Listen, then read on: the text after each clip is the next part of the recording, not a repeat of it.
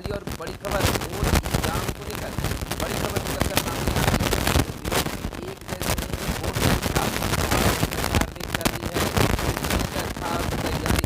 आपको बता दें नीट और इसके बाद आपके बोर्ड एग्जाम में बड़ा बदलाव होने जा रहा है। भारत सरकार इसकी तैयारी में रही है। इसके लिए एक नई परीक्षा नियामक संस्था प्रकाख बनाई गई है। ऐसा करने के पीछे केंद्र सरकार का एक ही उद्देश्य है, देश भर में बोर्ड एग्जाम समानता लाना। 10वीं और 12वीं क्लास के लेवल पर छात्रों का मूल्यांकन करने के लिए एक समान फ्रेमवर्क तैयार करना। फिलहाल सीबीएसई और आईसीएसई के अलावा देश के अलग अलग राज्यों में स्टेट बोर्ड एग्जाम्स का लेवल अलग अलग है। इससे बच्चों के स्कोर में भी बड़ा अंतर आता है, जिससे उनका एक समान स्तर पर आकलन नहीं हो पाता है। तो यह बड़ी खबर निकलकर सामने आई है। इधर बीपीएससी की अगर बात करें तो बीपीएससी 67वीं पीटी 2 दिन ही रिजल्ट परसेंटाइज के आधार पर। आपको बताते चले कि बीपीएससी 67वीं प्रारंभिक परीक्षा 2 पालियों में ही होगी। रिजल्ट परसेंटाइज के आधार पर निकलेगा। 18 अगस्त को ही की गई घोषणा पर कायम रहते हुए बीपीएससी ने बीते दिन आधिकारिक नोटिफिकेशन जारी कर दिया है। आयोग के संयुक्त सचिव सह परीक्षा नियंत्रक अमरिंदर कुमार ने बताया कि 67वीं पीटी 20 और 22 सितंबर को ही होगा। रिजल्ट इक्यू पर सेंटाइज इक्वेंटिंग टेक्निकल से निकालने का निर्णय लिया गया है। अभ्यर्थी परीक्षा से संबंधित जानकारी आयोग की वेबसाइट से प्राप्त कर सकते हैं। और इधर 10% EWS आरक्षण की वैधता को जांच करेगा अब कोर्ट।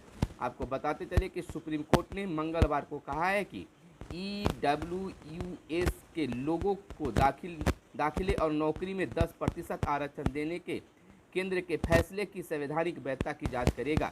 शीर्ष कोर्ट ने आंध्र प्रदेश हाई कोर्ट के आदेश को चुनौती देने वाली राज्य सरकार समेत अन्य की याचिका पर सुनवाई से पहले यह बात कही है। मुख्य न्यायाधीश यू ललित सहित 5 सदस्यीय संवैधानिक पीठ ने कहा है कि वह प्रक्रियागत पहलुओं पर 6 सितंबर को निर्णय लेगी। वह 13 से सुनवाई करेगी। 103वें संविधान संशोधन अधिनियम 2019 के माध्यम से केंद्र ने EWS के लिए दाखिलों और लोक सेवाओं में आरक्षण का प्रावधान जोड़ा है।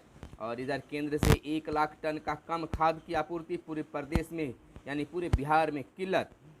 केंद्र आवश्यकता के अनुसार नहीं कर रहा है उर्वरक की आपूर्ति, कृषि मंत्री का बयान आया है। और 7.70 लाख मीट्रिक टन की जरूरत 6.71 लाख मीट्रिक टन उपलब्ध कराया गया है। इधर बता दें कि बिहार के विभिन्न जिलों से खाद की कमी की जानकारी मिल रही है।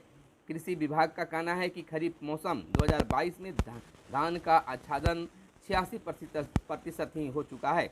अब किसानों को धान फसल के लिए पर्याप्त उर्वरक की आवश्यकता है, परंतु केंद्र सरकार द्वारा विभिन्न उर्वरकों की आवश्यकता के अनुरूप आपूर्ति नहीं की जा रही है, जिससे किसानों की कठिनाइयों का सामना करना पड़ रहा है। किसान को काफ़ी दिक्कत हो रही है। इधर यूपीए के 31 विधायक रांची से रायपुर भेजे गए। झारखंड में मुख्यमंत्री हेमंत सोरेन की आयोग से जुड़े मामले में फैसला आने से पहले ही दिन को विधायकों और मंत्रियों की रांची से छत्तीसगढ़ शिफ्ट कर दिया गया। रायपुर जाने वालों में कुल 31 विधायक मंत्री समेत कुछ 41 शामिल बताए जाते हैं। इधर गोधरा दंगे से जुड़े 8 केस बंद और कश्मीर में लश्कर के 2 आतंकी ढेर। अडानी तीसरे सबसे अमीर बनने वाले पहले एशियाई। आपको बता दें कि भारतीय अरबपति गौतम अडानी 137.4 अरब डॉलर करीब 11 लाख करोड़ रुपए की संपत्ति के साथ दुनिया के तीसरे सबसे अमीर कारोबारी बन गए हैं। यह पहली बार है जब कोई एशियाई ब्लूमबर्ग बिलियनियर्स इंडेक्स के शीर्ष 3 में शामिल हुआ है। फ्रांस के बर्नार्ड अर्नाल्ड को पछाड़कर उन्होंने यह उपलब्धि हासिल की है। आपको बता दें कि देश में सिर्फ 20% ही ली है कोरोना के बूस्टर डोज। स्वास्थ्य मंत्रालय के आंकड़ों के मुताबिक मुफ्त में एहतियाती खुराक देने के लिए भी टीकाकरण केंद्रों पर नहीं पहुंच रहे हैं लोग। यह काफ़ी दुख की बात है। और बड़ी खबर निकलकर पटना से आ रही है कि कैबिनेट के फैसले लिए गए हैं। कैबिनेट में फैसले आए हैं कि बिहार में महंगा होगा बालू। 5 नदियों में बंदोबस्ती दर प्रति घन मीटर 75 से बढ़ाकर 150 रुपये कर दी गई है। 25 से 30% बढ़ सकती है बालू की कीमत। 1 अक्टूबर से लागू होगी बालू की नई दर। 5 नदियां सोन, किऊल, फल्गु, चानन और मोरहर के बालू की स्वामित्व दर 75 से बढ़कर 150 रुपये प्रति घन हुई है। एक ट्रैक्टर बालू के लिए 4 से 4,500 की जगह अब 5 से 6,000 रुपये लगेंगे। इधर बिहार के नियोजित शिक्षकों के वेतन के लिए 94 अरब हुआ जारी। राज्य स्कीम मद से वेतन के लिए दी गई स्वीकृति। केंद्र ने शिक्षकों के वेतन को मिला पर्याप्त धन। आपको बताते चले कि करीब 2 माह से शिक्षकों का वेतन नहीं मिल पाया है। राज्य सरकार ने समग्र शिक्षा के तहत नियोजित शिक्षकों के वेतन भुगतान के लिए राज्य स्कीम मद से 94 अरब रुपये स्वीकृत किए हैं। केंद्र सरकार से वेतन मद में पर्याप्त राशि नहीं मिलने की वजह से राज्य स्कीम से यह राशि जारी की गई है। बीते दिन को मुख्यमंत्री नीतीश कुमार की अध्यक्षता में हुई राज्य मंत्रिमंडल की बैठक में इस प्रस्ताव को स्वीकृति मिली है। सामान्य प्रशासन विभाग के प्रस्ताव पर विमर्श के बाद मंत्रिमंडल ने 2023 के सरकारी अवकाश की स्वीकृति भी दे दी है। राज्यकर्मियों को 2023 में कुल 34 छुट्टियां प्राप्त होगी।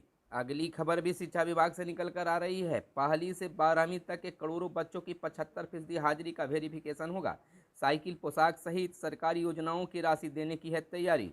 बिहार के सरकारी स्कूलों में पहली से लेकर 12वीं कक्षा में पढ़ने वाले करोड़ों छात्र छात्राओं को साइकिल, पोशाक सहित अन्य सभी सरकारी योजनाओं का लाभ देने के लिए उनकी 75% हाजिरी का वेरिफिकेशन होगा।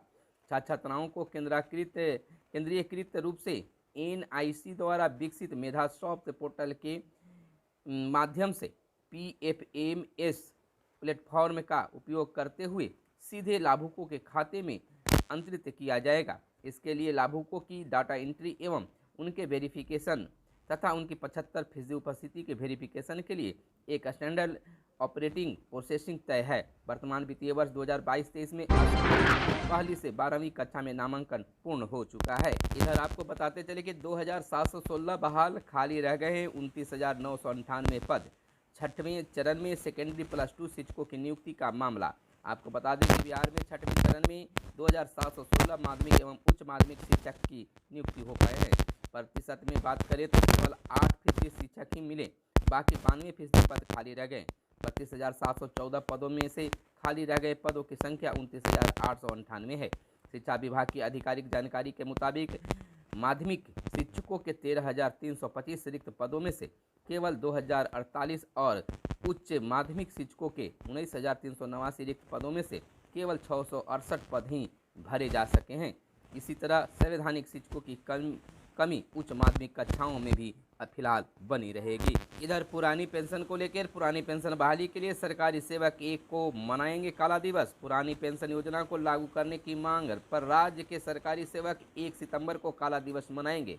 National movement for old pension scheme के प्रदेश अध्यक्ष वरुण पांडे ने बीते दिन यह जानकारी दी। उन्होंने बताया कि 20 से भी अधिक सेवा संघों ने काला दिवस मनाने की सहमति जताई है। न्यूनतम मजदूरी दर में 48 से 74 रुपये रोजाना वृद्धि। राज्य परामर्शदात्री परिषद की बैठक में लगी मुहर। 1 सितंबर से होगा लागू। 3 करोड़ मजदूरों को मिलेगा इसका लाभ। बिहार में न्यूनतम मजदूरी दर में वृद्धि की गई है। श्रम संसाधन विभाग ने हर साल होने वाली अप्रैल व अक्टूबर की नियमित वृद्धि से हटकर 6 साल के बाद मूल मजदूरी दर बढ़ाई है। नई दर 1 सितंबर से लागू होगी। इसके अनुसार मजदूरों को 48 रुपये से लेकर 74 रुपये तक रोजाना अधिक मिलेगी। इसका लाभ 3 करोड़ से अधिक मजदूरों को मिलेगा। महंगाई को देखते हुए बिहार न्यूनतम मजदूरी परामर्शदात्री परिषद ने इस बार मजदूरों के मूल वेतन में 15% वृद्धि की अनुशंसा की थी। इधर बिहार के राजस्व एवं भूमि सुधार मंत्री आलोक कुमार मेहता का बड़ा बयान सामने आया है कि प्रवृत्ति नहीं रखें। भूमि सुधार विभाग को बेहतर बनाने के लिए मंत्री ने मांगे हैं सभी से सुझाव। कहा, जो जनता से जुड़े कार्यों में लगे हैं उनका व्यवहार ठीक होना चाहिए। राजस्व एवं भूमि सुधार मंत्री आलोक कुमार मेहता ने विभागीय कर्मियों को कहा है कि विकास की सभी परियोजनाओं का आधार भू अर्जन है। भू अर्जन के क्षेत्र में मुआवजा देने व दखल कब्जा देने के काम में बहुत सारे लोग लगे हैं। इसमें अनावश्यक समय न लगे।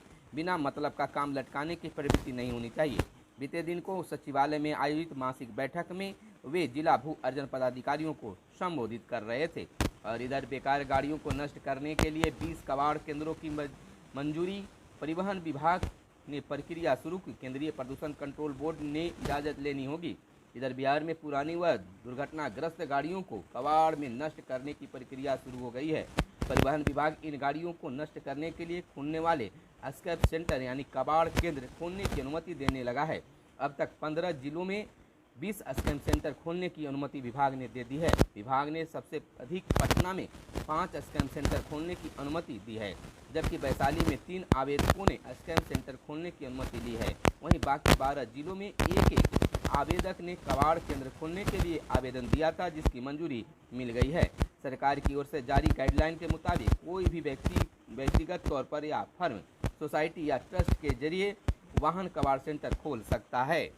खबरों में आज बस इतना ही। फिर मिलते हैं अगले वीडियो में। कैमरे के पीछे हैं मिस्टर मयंक प्रताप। धन्यवाद। जय हिंद, जय भारत, वंदे मातरम।